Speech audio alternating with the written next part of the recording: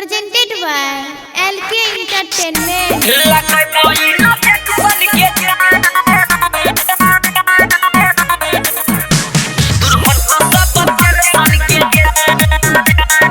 Sachin Recording Studio, Saharsa.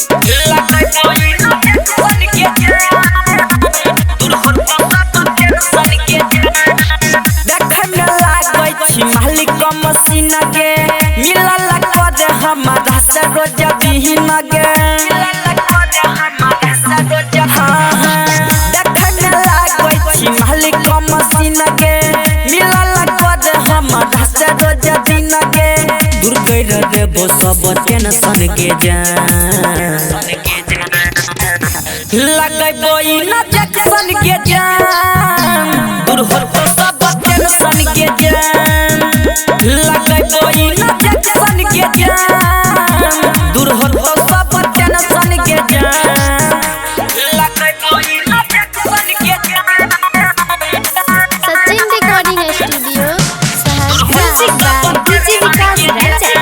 DJ Vikas Raja. लगैबो ना junction के जान दूर होतो सब टेंशन के जान कर भी जे खेला खेला होतो नहीं माथा हमरा से मिलै में लागतो नहीं घाटा हमरा से मिलै में लागतो नहीं घाटा कर भी जे खेला खेला होतो नहीं माथा हमरा से मिलै में लागतो नहीं घाटा नहीं ते बनैले रिलेशन के जान लगैबो ना जक्सन के जान दूर होतो सब टेंशन के जान लगैबो ना जक्सन के जान दूर होतो सब टेंशन के जान लगैबो ना जक्सन के जान Music by DJ Vikas Raja. DJ Vikas Raja. Sachin Recording Studio, Saharsa.